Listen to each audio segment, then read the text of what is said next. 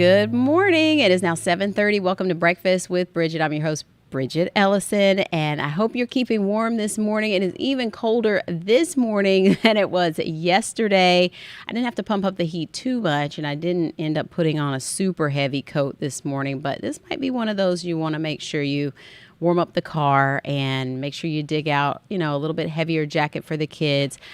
I was horrified when I got out of the car for work this morning because I noticed my son's heavy jacket, his heavier coat, in the back seat of the car from school pickup yesterday. And I told him to get it.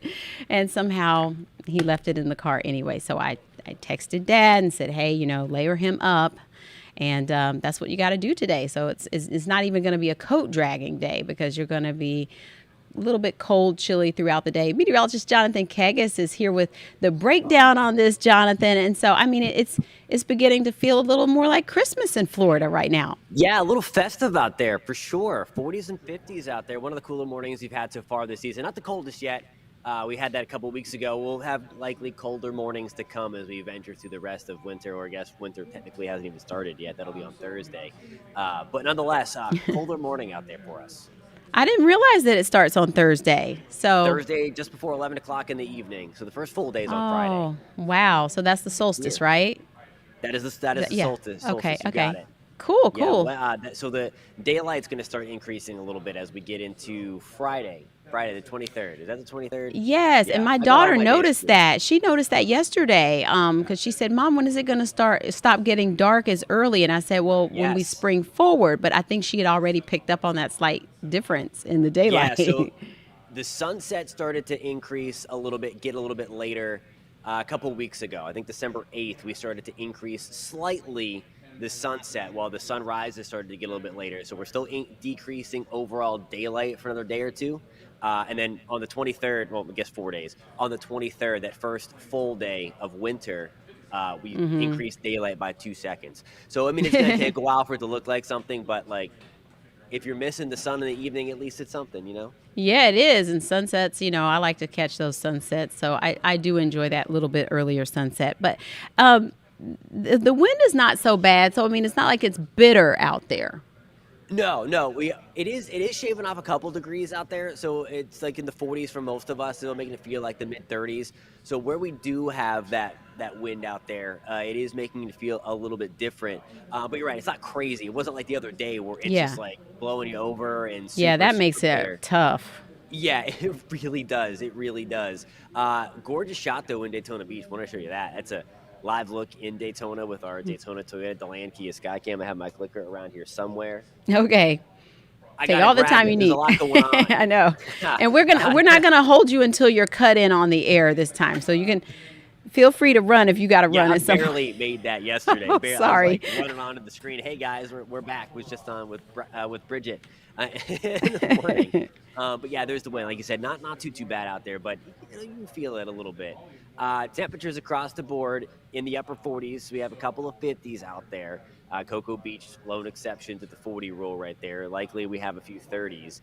And it is going to gradually warm things back up. Now, the crazy thing about this Christmas, it's going to be about 30 degrees warmer than last year. If you remember, we had that big Arctic blast come through. We had temperatures only get to the mid 40s for highs. That was good for second coldest on record.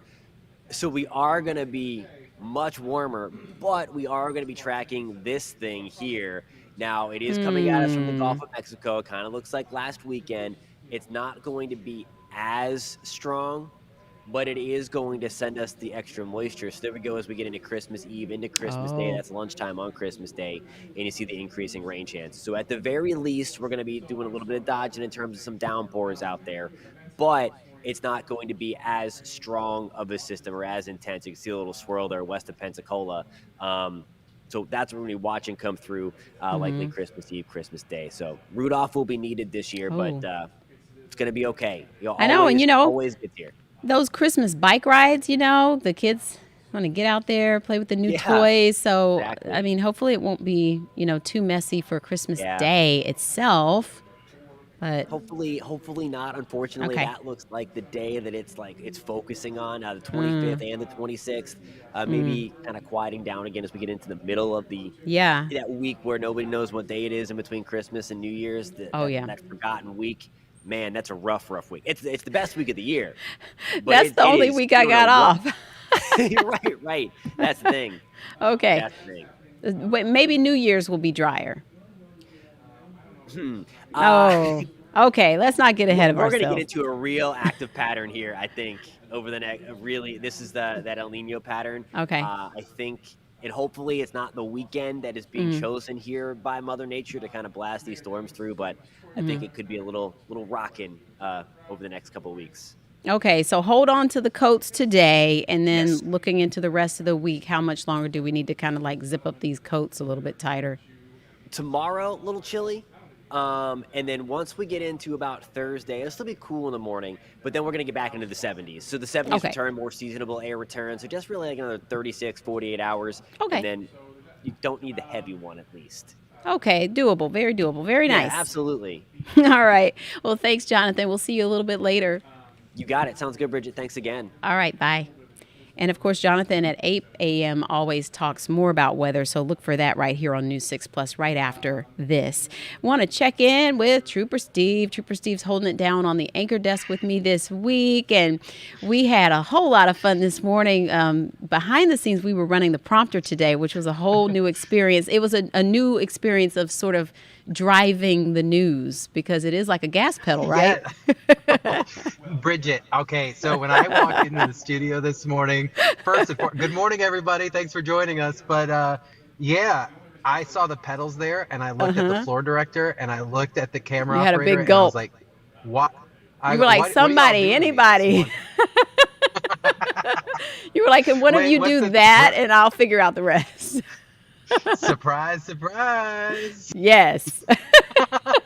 Like I was freaked out, but you live and learn, and I'm learning a lot Yeah. of things here. The trust from you, the trust from our boss, put me on the desk today with you, and I think we And you did had all the right. slow You know, pedal. I get to I'm going to tell you that. We have two I pedals. noticed I that. had I did one. You had the notice. slow go kart. Okay. So just so you know. Well, I'll take a slow go kart all day when I'm first learning, and and my training wheels are still hanging on there. And for those that don't, and there's a pedal on Under the the desk. where our feet is, and we have to words move. So it is not easy. So And and then of it course rolls the we haven't words had a very across the easy morning. camera screen. So Oh, it's crazy. It's crazy. Just like our roads right now, Bridgett, are crazy. yeah, unfortunately, you had a mess this morning. So how's that? Yeah. Let's jump to it. Uh, Producer, let's hook them up. Show them what we got going on. You're getting glitchy It is currently. Am I getting glitchy? a little bit. Uh-oh. Hold Okay. on. Let's stay live with me on signal. I'm going to switch signal. Stick your arm out the window and maybe that'll make the signal better. Oh no. While he works on that, basically, eastbound I-4 near Lee Road has been shut down pretty much all morning for a fatal crash investigation. And for a long time, the traffic was at a standstill. Lots of cars stuck there for better parts of an hour this morning until they were finally able to let them get off. And they have shut down eastbound I-4 a little farther back so that people can reroute I'm back. around this. Hey, there you go. I was telling them about the closure. There were a lot of people stuck behind this for a good bit before they finally were able to get the diversion set up. Yeah, so what you're seeing is slightly deceiving. So what you are seeing is a complete shutdown of the main line. So for anybody that doesn't speak my verbiage, when I say main line, I mean the normal travel lanes of the roadway, so not the express lanes. So what you're seeing is those Florida Highway Patrol troopers are sitting out there in the main line of eastbound I-4 at Lee Road. So that's that next exit that you can kind of see right there. When I say eastbound, that means you're going from Orange County towards the direction of Seminole County. So the downtown Orlando would be behind us at this point. The traffic here is tremendously like heavy. I can't even think of bigger words to use. So as you're headed eastbound, all traffic is being diverted. Where are we getting pushed off on? So this graphic is scary to look at. So you do have an option of using the express lanes of what we showed a little while Is that ago, a free but option right now? unfortunately, it is not a free Oh, okay. option right now. I But see they a lot have of people not. are The good opting thing, for it, though. yeah, the good thing is, Bridget, it's only going to cost like $1.50 if you go through this area anyway. They have not increased the any of the tolls since the start of it. So you're only looking about $3 to get by it if you have to. But if you're traveling right now from downtown and going to hop on, they're going to push you right off at Princeton or the Fairbanks area. So this is what I'm recommending: US 17 through the Maitland area. So you're going to go up Mills, you're going to go past the Princeton and Fairbanks area, continue through Maitland, and then reconnect from Maitland Boulevard. Or this one, I'm glad I have time to explain a little bit. Or you have this option. So if you are coming from anywhere south of State Road 50 and you're trying to maybe get up to Seminole County, Lake Mary, hear me out. Get on 408, head east, and then take northbound 417. This is what I call a complete bypass. I do this all the time because I just hate driving on I-4, Bridget. And as long as my car is moving, I'm kind of happy. So I'll take 417 to bypass that. At this point, that is what I'm recommending. And the only other major, we're seeing some delays westbound. So outside of this crash, Bridget, this morning, we really need to be careful because you could see here on dot cam, it's going to be closed for a while. FHP troopers are out there. They have their drones. They're taking measurements. And the biggest question I get is, why does this take so long? It's just a crash, but it's not. This is a fatal crash. And when I was PIO and would do interviews with you guys, I would say our traffic homicide investigators are responsible for rewriting the last pages of someone's book. There are no witness, so these men and There's women only one have car to go involved. out there. How many cars is this? There's 2 cars involved in this. Some intel that I received is one of these vehicles was reported as possibly a reckless driver prior to the impact of the car. And man, we watched during the morning news. The damage on these vehicles were insane. Were absolutely insane. Yeah, the top of that car is missing, I think. I do think FD had to cut that top of the car off to get a driver or passenger out, but there is one at least confirmed dead from this crash this morning, unfortunately. All right. Well, we'll look for the updates on that a little bit later, and hopefully people can get around that safely this morning. Anything else, Trooper Steve? What you got going on today? Make sure you set your push alerts on for the News 6 app because our web team will put a push out once I-4 is back open. And then, of course, at 8:30, after our full content of Bridget, then Jonathan, then I'll hop on the web and welcome Orange County Crime Prevention Team in the results one today because there's so much shopping going on and Grinches are out and about. Did you pop so up we that want to make thumbs sure up? that I did it. Someone did that. I don't know who did that. Kathleen may have did that. She says no. Or somebody said thumbs up. This is what is going on? All right. If you're watching and interacting with us, hey, I don't know how you're doing it, but that's kind of cool. So we're gonna welcome them in on what they're doing behind the scenes that we don't see to keep us safe, and then what you can do, because I always say we are our own first responder. So we're gonna give you guys some tips to make sure that you're shopping safely today at 8:30. ClickOrlando.com. All right. Very good. Very good. So we'll see you then. All right. Bye, ma'am. Bye-bye. All righty. Well, we have a couple of news stories to get to before we have to take a quick break. We want to update you on the latest with One Pulse. It has officially dissolved, and we're now getting a better idea of what the city of Orlando is working to do to get this plan for a memorial at the site of Pulse underway and finally bring that to fruition. So News 6's Ezzy Castro explains more about how the city is now taking over officially. The One Pulse Foundation releasing its final email to donors, letting them know the foundation is officially dissolving. The letter comes nearly a month after board members voted to disband the organization after it failed to build a new museum and memorial. The letter reads in part, "This will be the final email sent from the foundation, and all the future emails will come from the city of Orlando." In October, the city of Orlando agreed to buy the Pulse Nightclub property and lead the construction of a memorial to honor the victims.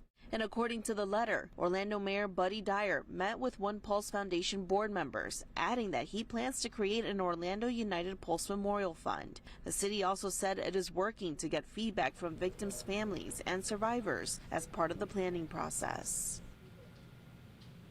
All right. Also this morning, Troy Campbell covering some problems with a new site that we first reported to you a few weeks ago. Now there are security concerns with this new state website designed to help people access their benefits. So we've learned that personal information is being revealed to strangers, and Troy explains what's happening and what people are being told about the exposure of their personal information. These two cases are somehow linked, and I don't know how that happened. Mary Lane says soon after the state transitioned to its new online portal for SNAP and Medicaid recipients earlier this month, an unknown person appeared to be connected to her 77-year-old mother's account. And they got mixed. If there's a database behind this, how bad is it? How many people are affected? How many accounts were affected? And does it have any impact on what people's benefits are that they are given by the state? Lane says when she logged into her mother's MyAccess portal, she noticed she was listed as a dependent under a stranger's account. She says this also gave her access to the stranger's Medicaid case number, yearly income, and address. Lane says she's afraid this information will get into the wrong hands. I don't want my mother to be negatively impacted, but I also don't want this other lady and her child to be negatively impacted. Welcome to My Access. 2 weeks ago, the Florida Department of Children and Families posted this instructional video to YouTube, saying a user must provide a name, zip code, and Medicaid case number to gain access to their account. Lane says the state incorrectly gave her all that information for the stranger and her child. After speaking with a customer service representative, Lane says she was told the agency is aware of the privacy issue and would take about 5 days to correct. What were the points that stood out to you that gave you the impression that they are aware of the issue? Are there some critical details they didn't ask? They didn't ask any questions. That's what, and they didn't sound surprised and said, oh, okay, yeah, I know. I know. Troy Campbell, Getting Results, News 6. Okay, that is some troubling development right there. So we'll keep you updated on what happens and how they're able to make that a little bit more secure, hopefully, for the users to get on that state site. We're going to take a very quick break. We'll be right back.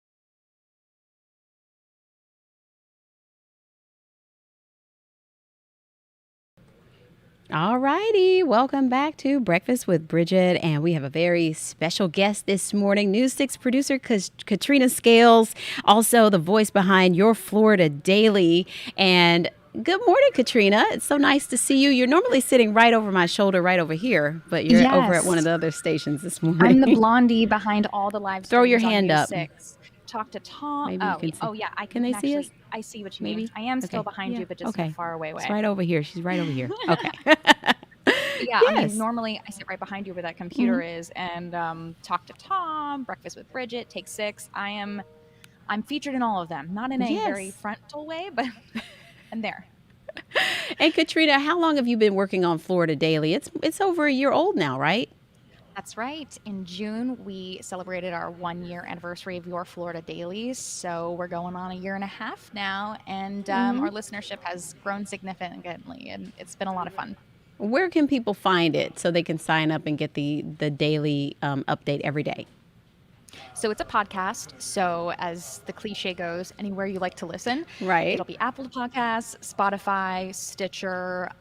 If you don't have one of those apps or don't really listen to podcasts, you can always check out Your Florida Daily on clickorlando.com.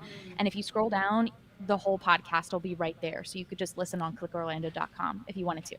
And how did you come up with that idea? Because I know, you're born and raised here. Where are you from originally? Near the coast, right? That's right. Brevard County, Central, Brevard, Merritt Island. Yeah. Mm-hmm. And And so, so I came up. yeah. Yeah. I came up.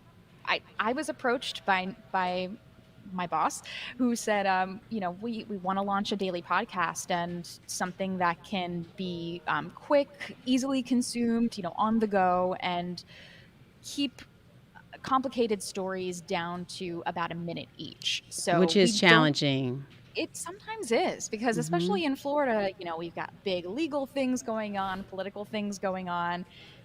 So I try to Yeah. pull out the most important facts and con- condense it down to Mm-hmm. about 3 minutes, and each episode ends with a fun Florida fact. And I kind of just figured it out, and we went live with it a year and a half ago on the podcast app. And it's really fun for you because, to me, when, we're writers at heart, and especially when you're in web, you have the liberty to write a little bit lengthier form, which is what I enjoy about writing for the web, because I started out in print, which is always, you were only limited to basically the page space, but usually that was still more than the time you get to tell a story on a newscast. It has to be, usually a minute or less, and then sometimes you get more time or not, but it sort of exercises a different muscle to keep it short, right?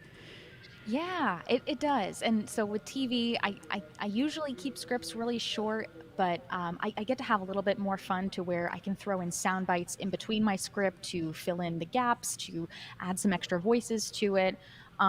But it is a challenge, and thankfully I get that exercised every single day being a TV Yeah. producer, writing Right. for our station, and writing for you, to know how to find the most important thing about a story and put it right there at the very front, and just include the things that I know someone's going to care about or should know, to add the context to the story that really has to be there. So it's why I got into this industry. I love writing for broadcast and for voice, Right. and writing for my own voice is Right.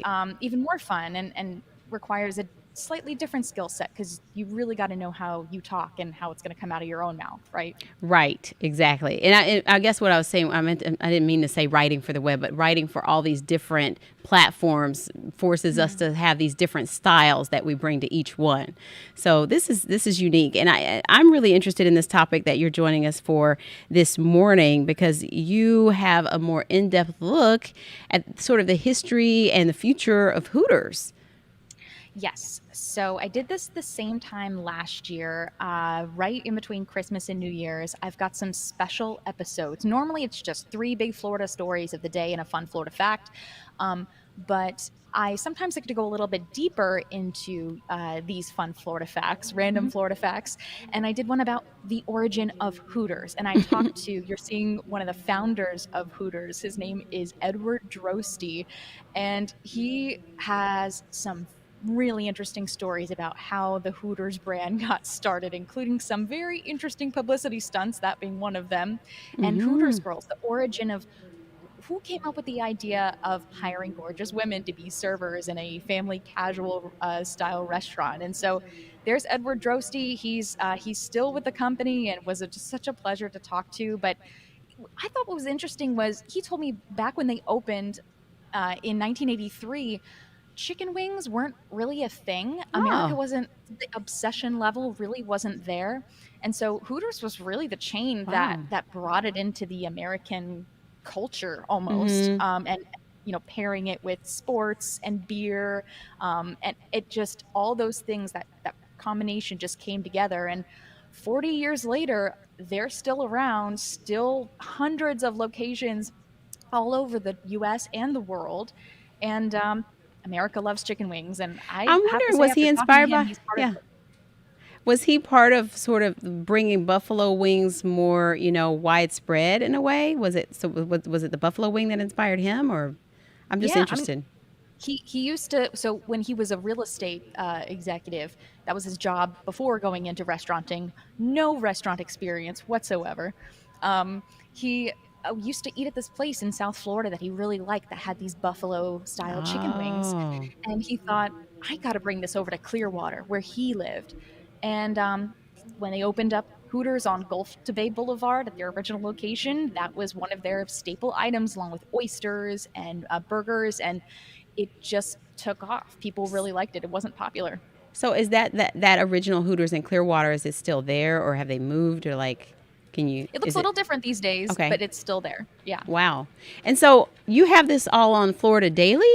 Like, how did you get it down to a minute? Are you doing several to kind of get all that info in, or how is this going to A little work? long form with Okay. these. So Okay. These so are special.